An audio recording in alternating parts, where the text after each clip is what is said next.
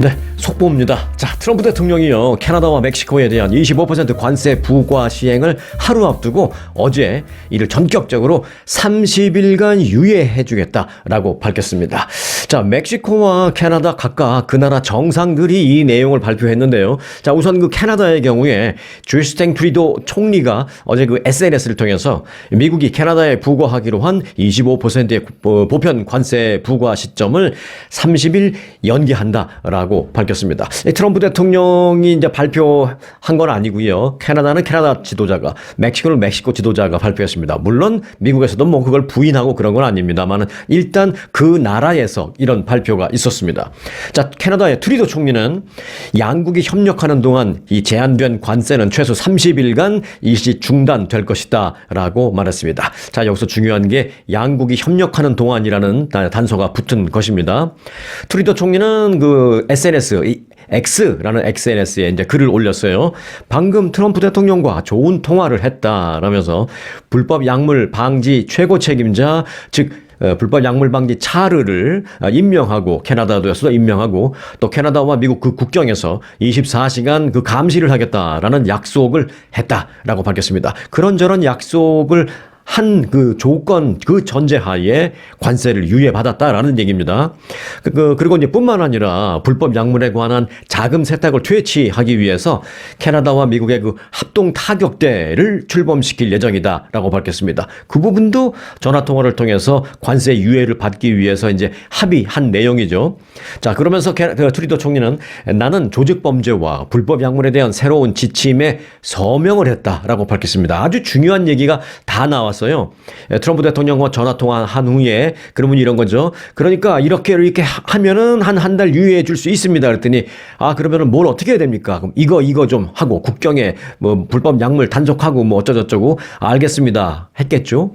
그러니까 트럼프 대통령이 그럼 그 문서를 보낼 테니까 사인해 뭐 이렇게 됐겠죠. 그래서 사인을 했다라는 것입니다. 그런 부분에 대해서 협력하기로.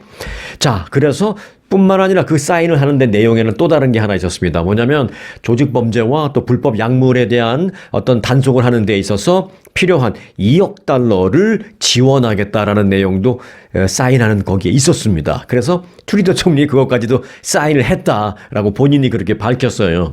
자, 미리 말씀드립니다만은 캐나다 그리고 멕시코 이 두 나라 모두 관세를 30일간 그 유예해 주는 조건에 대해서 아주 특이한 공통점이 하나 있습니다.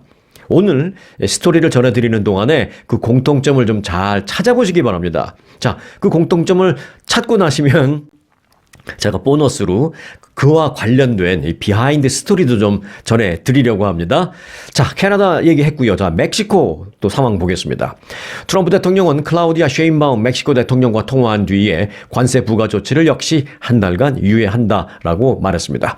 트럼프 대통령은 이제 그 이유로 멕시코가 마약 및 불법 이주민 단속을 위해서 국경 지역에 10,000명의 군인을 즉각 파견하기로 했다라는 점을 들었습니다. 앞서 그 캐나다에서 그 사인을 한 그런 부분과 좀 비슷한 부분도 있죠.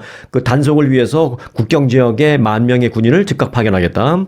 자, 셰인바움 대통령도 이런 내용을 똑같이 맞다라고 확인하면서 미국도 멕시코로 이거 셰인바움 대통령은 또 그냥 불러서진 않았어요. 트럼프 대통령에게 무조건 yes sir 다 하겠습니다 하지 않았습니다. 이 멕시코의 그 여성 대통령 셰인바움 대통령 전 이번에 좀 새로 관심을 갖고 봤는데 좀 더 지켜봐야 되겠습니다만은 대단하다라는 생각이 좀 들었습니다. 자, 트럼프 대통령과 전화통화하면서 무조건 yes sir 안 한 것 같아요. 뭐라 그러냐면 셰인바움 대통령도 뭔가 하나를 요구했습니다. 뭐냐 하면 미국도 이 멕시코로 몰래 그 밀반입되는 그 고성능 무기, 범죄에 막 활용되는 그 강력한 무기, 그냥 일반적인 작은 권총 이런 게 아니라 강력한 화기, 이런 무기, 이런 것이 더 이상 멕시코로 들어오지 않도록 단속을 좀 해달라.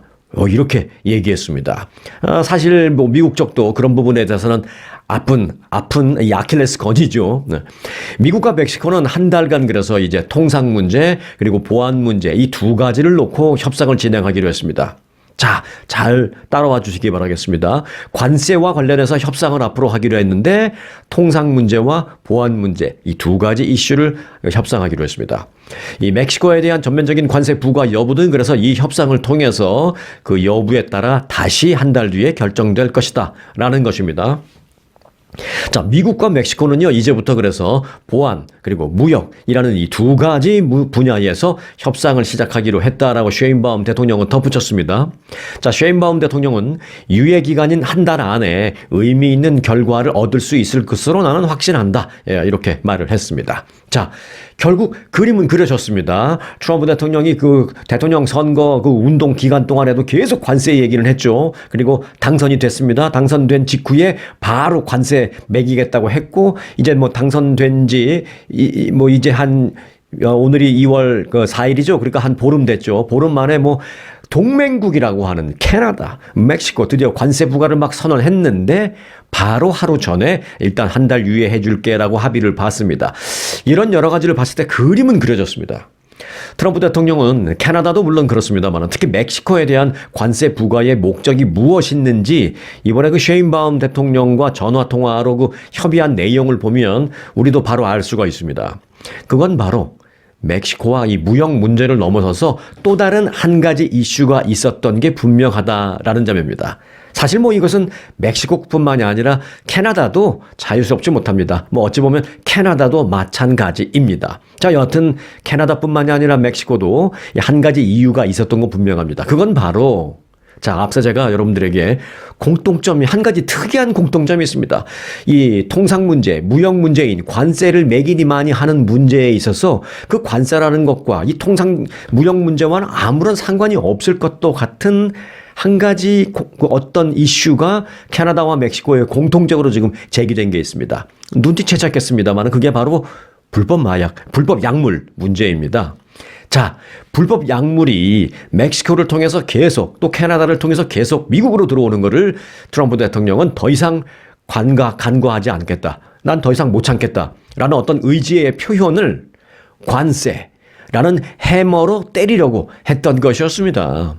이건 뭐 제가 그냥 오늘 드리는 말씀이 아니고요. 제가 그냥 하는 말이 아니고요. 실제로 백악관의 고위 관계자도 이를 시인했습니다. 시인한 정도가 아니라 이 답을 설명해 주면서 우리가 이렇게 답을 얘기해 주는데 왜 너희들은 그 답을 말해줘도 이해를 못하는 거야. 뭐 이렇게까지 말했습니다. 우리 어렸을 때 왜 학교 다닐 때 어떤 공부 잘하는 친구들은 답을 얘기 안 해줘도 조금만 대충 우회적으로 설명을 해줘도 금방 답을 알아차리는 그런 친구가 있는가 하면 답을 막 얘기해줘도 잘 이해를 못하는 그런 친구들도 가끔 있기는 했었어요. 지금 두 번째 얘기를 하는 겁니다. 미국에서 캐나다, 특히 이제 캐나다에 대해서.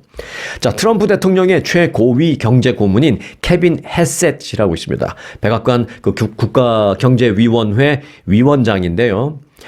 캐나다, 멕시코 그리고 중국에 부과한 전면 관세가 사실은 무역 전쟁이 아니다. 이건 불법 약물 전쟁이다. 이렇게 말했습니다. 캐나다, 멕시코, 중국이 세 가지의 나라의 공통점도 있습니다. 바로 그 부분과 관련해서. 자, 헤셋 위원장은 그 CNBC 방송과의 최근 인터뷰에서 이런 말을 했습니다.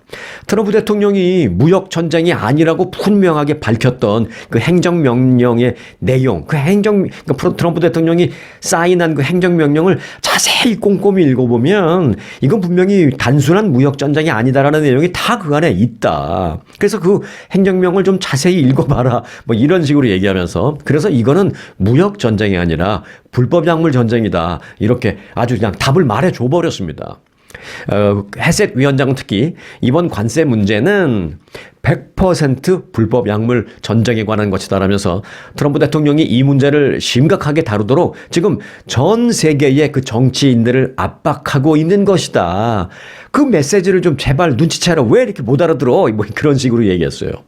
헤셋 위원장은 또 하지만 캐나다는 특히 그 행정명령의 어떤 평이한 언어를 오해한 것으로 보이며 이를 무역전쟁으로 해석하고 있는 것 같다라고 말했습니다. 왜냐하면 캐나다가 마지막까지 강경하게 미국에 맞서겠다고 막 했던 그런 나라거든요. 사실 솔직히 그 고백하건데요. 제가 지금 이 영상을 만들다가 중간에 끊고 다시 만드는 중입니다. 왜냐하면 제가 이 영상을 만드는 중간에 캐나다에 대한 30일 그 관세 유예가 막 속보로 나왔어요. 그래서 사실은 처음에 제가 막 만들었던 그 영상은 캐나다는 유예 안 해주는 걸로 되어 있는 상태에서 영상을 만들다가 솔직히 말씀드립니다. 그거 다 지우고 다시 속보를 집어넣어서 다시 지금 이 영상을 만드는 겁니다. 그래서 마지막까지 캐나다가 맞서고 있던 나라였어요. 그래서 미국에서는 참 답답해하는 거죠. 야, 캐나다 니들은 왜 이렇게 말귀를 못 알아들어? 그런데 결국은 말귀 알아들은 것 같아요. 트리도 총리도 그 국경에서의 그런 불법 약물 그 조직 단속 이런 걸 하겠고, 그런 단속을 하는 데 있어서 2억 달러를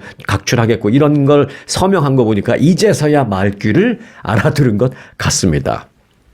자, 멕시코는 트럼프 대통령의 이런 의도를 금방 캐치하고요. 전화통화를 통해서 이 무역에 관한 협의를 한 게 아니라 국경 단속 문제를 곧바로 협의를 했습니다. 이 여성 대통령 셰인바움 대통령은 그러면서 관세 유예를 빠르게 받아냈죠. 그래서 캐나다는 이제 결국은 이제 순진하게 늦게까지 그렇게 끌다가 결국은 뒤늦게나마 그래도 막판에 30일 유예를 받기는 받았다라는 얘기입니다. 자, 때문에 똑똑하게 이를 빨리 캐치한 멕시코의 셰인바움 대통령은 뭐 벌어놓은 한 달 동안의 그 미국과의 협의를 하면서 국경 단속에 더욱 힘쓰겠다라는 약속을 계속할 것으로 보이고 있습니다. 그리고 멕시코의 셰인바움 대통령은 동시에 자신의 그 히든 카드도 내보일 것으로 저는 그렇게 생각합니다. 그럼 그 멕시코가 내보낼 히든 카드는 뭐냐? 이겁니다. 미국으로부터 멕시코로 유입되는 강력한 이 범죄에 사용되는 그 무기들입니다. 밀반입. 멕시코는 그 미국에게 이렇게 말할 것 같습니다. 제가 이제 상상해 보는 거예요.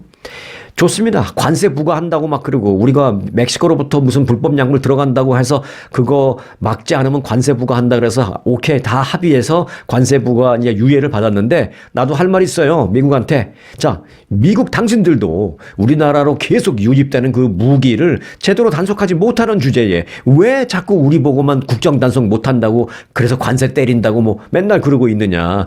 너희들도 제발 무기 유입을 우리나라도 들어오는 그 밀반입되는 것을 제발 제대로 좀 막아달라. 우리 멕시코는 너희들의 그 미국에서 그 들어오는 각종 강력한 무기로 인해서 이 불순한 조직들의 무장이 우리 경찰의 무장력보다 더 세진 그런 엉망진창인 나라가 됐는데 그게 너희들 바로 미국에서 들어오는 무기 밀반입 때문이야. 그 부분 좀 똑바로 안 하겠어? 그것도 똑바로 하면서 우리 보고 좀 똑바로 하라고 말해 라면서 그 부분을 히든 카드로 내놓을 것이라고 저는 확신하고 있습니다. 네, 분명히 그 셰인바움 대통령도 비슷한 얘기를 했기 때문에요.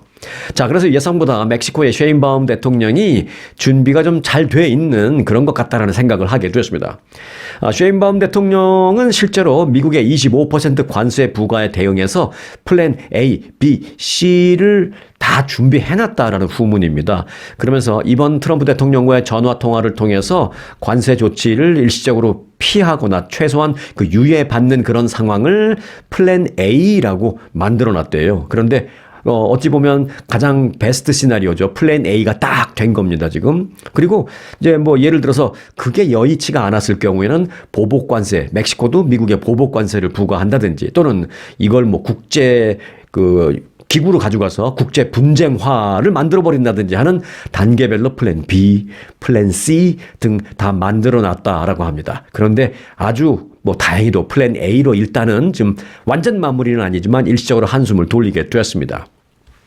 자, 멕시코의 셰인바움 대통령과 트럼프 대통령의 앞으로 한 달간의 밀고 당기는 협상이 어떻게 진행될지 저는 아주 재미있는 그런 관전 포인트를 갖고 지켜보겠다라는 말씀을 드리겠습니다. 여러분도 그런 관전 포인트가 있으면 뉴스를 보시는 게 훨씬 재미있습니다.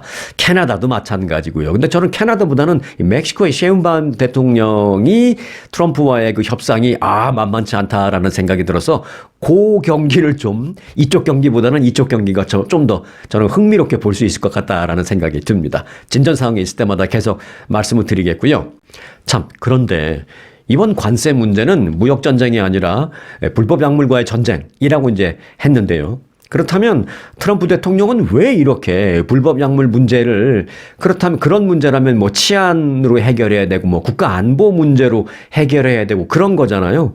그런 것으로 해결하지 않고 왜 국제 분쟁까지 야기시킬 수 있는 이 무역 전쟁, 무역 문제로까지 확대시키면서 이걸 해결하려고 할까요? 그건 바로 알코올 중독으로 숨진 트럼프 대통령의 친형의 그림자다라는 분석입니다. 요거 이제 비하인드 스토리입니다. 트럼프 대통령이 불법 약물을 혐오하는 그런 아주 그냥 지나치다라는 표현이 어울리지 않죠. 불법 약물에 대해서는 미워하고 싫어하고 멀리하는 게 지나칠 정도가 아니라 이건 반드시 100% 200% 그렇게 해야 되죠. 근데 이제 표현을 제가 이제 여러분들 이해하기 쉽게 말씀드린다면 트럼프 대통령은 왜 이토록 왜 그다지도 불법 약물을 혐오하는가? 그 이유는요. 자신의 개인사와도 관련이 깊습니다. 트럼프 대통령에게는 이 프레드 트럼프 주니어, 프레드 트럼프 주니어라는 형이 있었습니다. 1938년생인데요. 43살인 1981년에 사망했습니다. 38년생인데 81년에, 그러니까 43살에 사망했어요. 트럼프 대통령보다 8살 위였던 이 프레드라는 그 친형은 아버지 프레드 트럼프 시니어의 이름을 그대로 물려받아서 프레드 트럼프 주니어라는 이름을 받을 정도로 집안에서 거는 기대가 매우 컸던 그런 인물이었다고 합니다. 그런데 불과 43세로 알코올 중독에 따른 심장마비로 숨을 거뒀습니다. 트럼프 대통령은 지난 1기 집권 때 우리 미국을 불법 약물 중독의 그 재앙으로부터 나는 해방시키겠다라면서 그 1기 대통령, 그 당시 대통령이 취임하자마자 국가보건 비상사태를 선언한 바 있습니다. 무슨 국가안보 비상사태가 아니라 국가보건 비상사태를 선포하기도 했었습니다. 굉장히 이런 부분에 대해서 아주 그냥 민감하게 반응을 하죠. 당시 그 자신의 형 얘기를 실제로 자신이 거론을 하면서 우리 그 친형은 매우 훌륭한 사람이었지만 술 때문에 매우 힘든 삶을 살았다라면서 안타까운 심정을 토로하기도 했습니다. 또한 그는 2019년 그 한 인터뷰에서도요.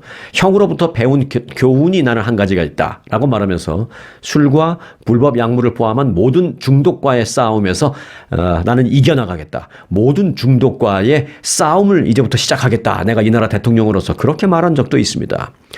트럼프 대통령이 불법 약물이나 술을 전혀 하지 않는 것으로도 유명하죠. 그런 부분도 형의 영향을 크게 받은 것으로 알려지고 있습니다. 또한 자신의 아들 베런에게도 베런이 그 4살 때였어요. 4살에 불과했었을 때 이렇게 그 옆에다 이렇게 조그만 그 4살짜리 아들을 끼고 이렇게 그 집무실에서 얘기하면서 너는 다른 건 몰라도 앞으로 네가 크면서 불법 약물, 술, 담배, 그리고 문신 이 4가지는 절대 하지 말아야 한다라고 이제 신신당부하면서 그 교육을 시키는 그런 영상이 이제 퍼지면서 한번 화제가 되기도 했었습니다. 트럼프 대통령 자신도 그런 식으로 얘기했죠. 나는 평생 술을 입에도 대지 않는다. 뭐는 흡연도 안 했다라고 말하면서 내가 나 같은 사람이 술까지 먹으면 어떻게 되겠느냐 뭐 농담으로 그런 말 한 적도 있었는데요. 참 그런 면은 좋은 점입니다. 그래서 이제 트럼프 대통령이 대신 다른 걸 마시는 게 있죠. 뭐냐면 이제 콜라. 그래서 이제 콜라를 그렇게 좋아합니다. 그 트럼프 대통령 그 집무실의 책상 앞에 보면 빨간 버튼이 하나 있어요. 그 빨간색의 버튼이니까 사람들은 그게 무슨 핵무기 버튼인가 뭐 이렇게 생각하는데 그게 탁 누르면 바로 콜라 갖고 옵니다. 콜라 좀 한 병 갖고 와. 콜라 한 컵 갖고 와. 라는 그 신호를 보내는 게 그 책상 집무실 책상에 있는 그 빨간 버튼입니다. 그만큼 콜라를 좋아해요. 그래서 콜라를 그렇게 좋아한다 그럴 때 저는 한편으로는 아이고 나이도 있는 분이 그렇게 콜라를 좋아하면 어떡해 좀 이해가 안 되기도 하고 그랬었는데 평생 뭐 술이나 이런 것들을 입에 안 대는 대신에 나는 내가 먹고 싶은 콜라는 먹어야 되겠다. 그런 그 얘기를 들으니까 또 한켠으로 이해는 되더라고요. 자, 어찌됐든 무역전쟁이든 뭐 약물전쟁이든 분명히 이제 우리 모두에게 관세라는 그런 정책은 직접적인 영향을 미칠 것입니다. 그런 그 영향을 미칠 트럼프 전 대통령의 앞으로 이제 계속 진행될 관세 정책. 그 뒷 배경에는 이런 비하인드 스토리가 있었구나라는 것을 좀 이해하고 이제 뉴스를 보시면 훨씬 더 관전 포인트가 생기기 때문에 뉴스가 재미있을 거라고 생각을 드립니다. 자, 그런데요. 이런 가운데 어제 그 미국으로부터 일단 관세 한 달 유예를 받아냈지만 지금 캐나다에서는요 반미국 정서, 엔타이 아메리카 정서가 확산되고 있어서 걱정입니다. 그런 엔타이 아메리카 구호도 여기저기서 터져나오고 있습니다. 심지어 미국산 물건 불매, 뭐 캐나다산, 즉 이제 국산품 애용 등등의 운동도 퍼지고 있습니다. 캐나다 곳곳의 그 식료품점과 대형 마트에 가보면 캐나다산이라는 표시를 막 갑자기 붙여놨어요. Made in Canada. Made in Canada. 막 붙여놨습니다. 여기저기. 이거 다 캐나다산이니까 이왕이면 이거 사 이거죠. 그럼 편말까지 등장했습니다. 또한 각 방송에서는요. 미국산 제품 말고 캐나다산 제품으로 살 수 있는 또는 캐나다산 제품 대체가 어렵다면 최소한 미국 제품이 아닌 다른 나라 제품 중에 뭐가 있는지 뭐 그런 거를 대안으로 구매를 할 수 있는 그런 상품을 안내해주는 방송도 계속 나오고 있습니다. 이처럼 며칠 사이에 캐나다에서 소위 애국주의 바람이 불면서 관련 상품의 매출도 급증하고 있습니다. Canada is not for sale. Canada is not for sale. 캐나다는 판매 대상이 아니다라는 그런 글귀가 적힌 그 모자의 판매가 급증되고 있습니다. 누가 그런 모자를 만들었는데. 이 모자를 제작해서 판매하는 리암 무니라는 사람은요. 트럼프의 관세 위협과 미국의 쉬운 한 번째 줄을 만들어버리겠다라고 하는 그런 으름장에 맞서서 자신이 이 모자를 고안했다라면서 미국에서 마가 모자가 유행했었겠지만 이제 캐나다에서는 Canada is not for sale. 캐나다는 판매 대상이 아니다라는 이 모자가 이제 우리 캐나다 전국을 휩쓸 것입니다. 라고 얘기하고 있습니다. 자, 전문가들은 이런 기류를 저항하는 애국주의다라고 말하면서 트럼프의 어떤 그 일방적인 행보를 보면서 미국에 대한 적개심 같은 것도 커지고 있고 또 어느 순간 정말 더는 못 참겠다라고 생각하는 캐나다인들이 슬슬 늘어나고 있다라는 것입니다. 다행히도 어제 뭐 관세 유예 한 달간 받았기 때문에 조금 더 폭발적으로는 안 나오겠습니다만은 이 그 캐나다의 이런 그 애국주의 마음 그런 국산품 애용 심리 이런 거는 금세 사그러들 것 같지는 않다라는 게 이제 전문가들의 얘기입니다. 실제로 이런 분위기가 현실이 된 곳도 있습니다. 바로 캐나다 스포츠 경기장인데요. 캐나다 토론토에서 열렸던 그 미국 프로농구 토론토 랩터스 그러니까 캐나다는 미국하고 붙어 있기 때문에 저쪽 뭐 서부는 아니고 저쪽 동부 쪽에서는 프로 야구도 캐나다 팀이 하나 있죠. 지금은 없어졌나? 옛날에 그 몬트리올 엑스포스라고 있었죠. 그 몬트리올 캐나다 팀인데 미국 프로 야구에 속해 있었죠. 근데 이제 지금 그게 워싱턴 DC로 왔죠. 내셔널즈로 여하튼 그거 없어졌군요. 네. 그런데 이제 그 농구팀은 있습니다. 농구팀 토론토 랩터스라는 팀이 있는데 토론토 랩터스하고 LA 클리퍼스하고 경기가 엊그제 있었어요. 근데 그 경기에서 관중들은 그 개막에 앞서서 가수가 캐나다 국가와 미국 국가를 이제 불렀는데 캐나다 국가를 부르는 순간에는 전례 없는 큰 소리로 환호하면서 캐나다를 외쳤는데 이어서 미국 국가가 나오자 일제의 야유를 보냈습니다. 흔치 않은 광경이었습니다. 자, 뿐만 아니라 그 전날 오타와와 그 캘거리에서 열린 그 북미 아이스하키 리그 NHL 그 경기에서도 관중들은 미국 국가가 나오자 소리를 지르면서 막 야유를 퍼부었습니다. 무역 전쟁이 무역 협상으로 잘 해결돼야지 다른 나라도 아니고 이제 국경을 이렇게 맞대고 있는 전통적인 동맹국인 캐나다에서 국민적인 감정이 그 반미 감정이 더 이상 격화돼서는 안 될 것 같다라는 생각이 듭니다. 그 한 가지 참고로요. 트럼프 전 대통령의 이번 그 관세 정책이 구체화되면서 지금 한국에서는 간접적인 그 영향을 바로 받고 있는 것 중에 하나가 바로 환율입니다. 지금 원달러 환율이 치솟고 있습니다. 특히나 한국은 현재 그 비상계엄과 탄핵 정국 여파로 가뜩이나 환율이 들썩이고 있는데요. 여기다가 기름을 부은 격이 돼버렸습니다. 서울 외환시장에 따르면 한국 시간으로 3일 기준으로 해봤을 때 원달러 환율은 하루 전보다 14.5원, 뭐 옛날에는 14원 50전 그랬는데 요즘은 그렇게 안 하고 그냥 14.5원 이렇게 합니다. 그래서 얼마가 됐냐면 한국 시간 3일 기준으로 그러니까 달러당 미국 달러당 1,467.2원이 되었습니다. 전문가들은 향후 무역전쟁 양상에 따라서 이 환율이 더 오를 수도 있다라고 이렇게 예상하고 있습니다. 환율이 오름과 내림에 따라서 미국에 계신 분들 영향 많이 받죠. 뭐 돈을 보낼 때도 그렇고 돈을 받을 때도 그렇고. 그러니까 일부 전문가들은 이 원달러 환율의 그 고점을 1,480원까지도 갈 수 있다라고 예상하는 사람도 있고 심지어는 어떤 전문가는 1,500원까지도 갈 수 있다라고 예상하고 있기도 합니다.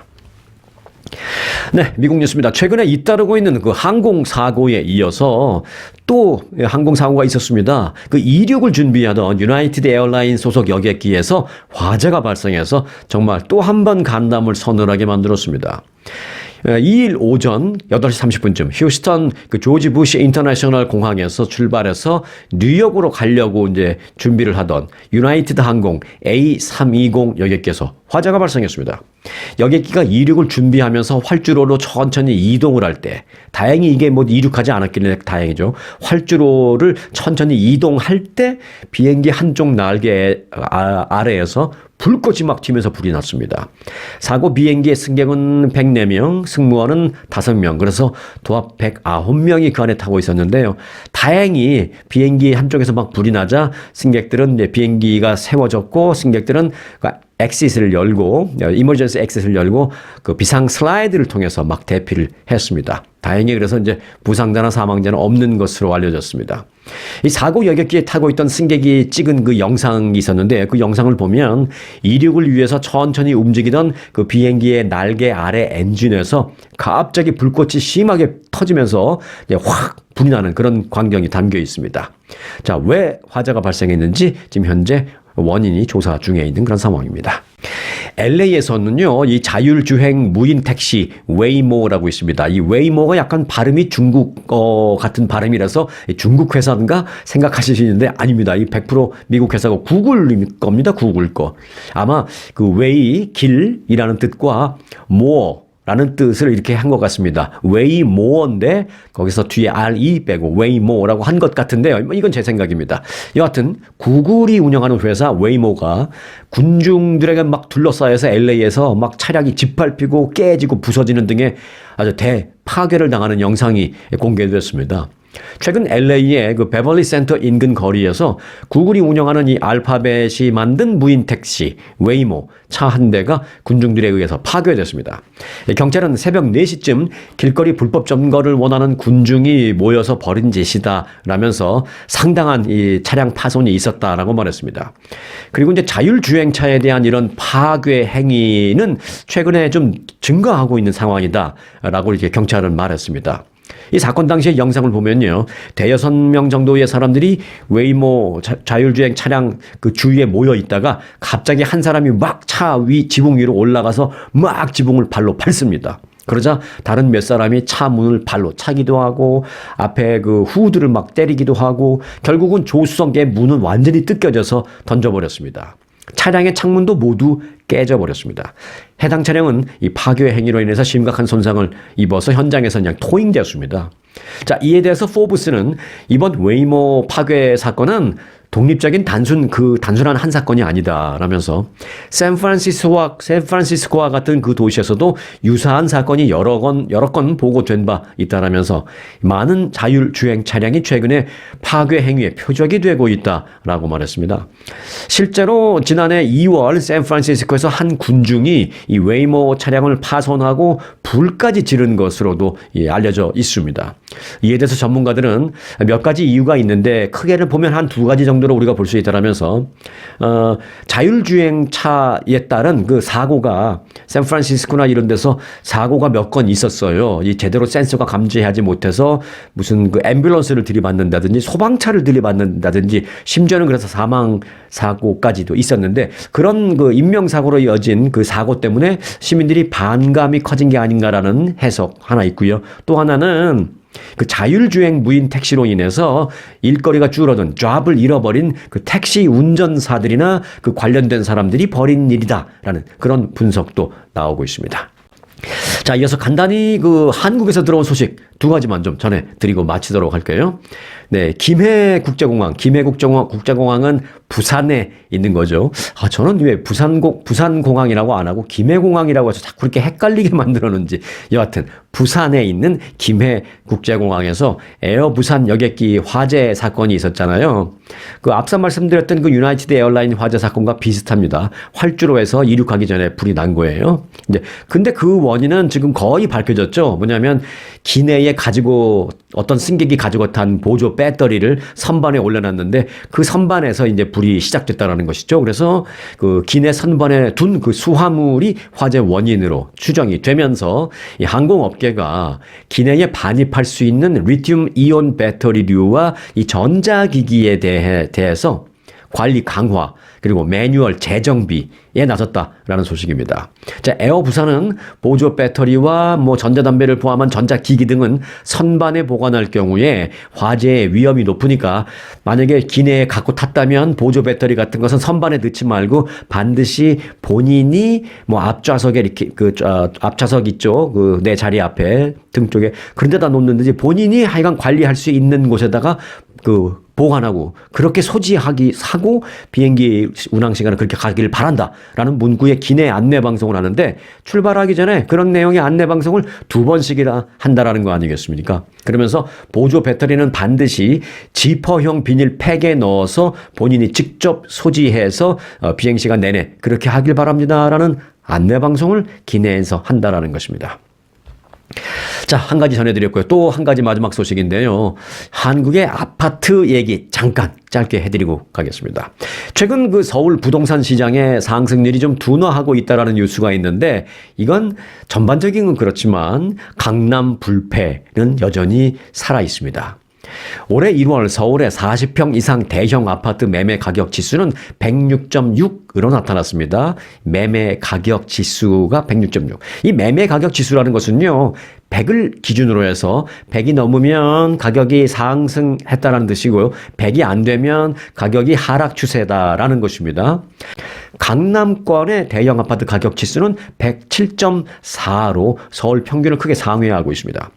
강남구 압구정동 한양 4차 69평은 얼마에 팔렸느냐 그래서 77억 원에 팔렸습니다. 그래서 최고가 기록을 갈아쳤고요. 자, 그리고 강남구 도곡동 거기 타워 팰리스라고 아주 비싼 아파트 있죠.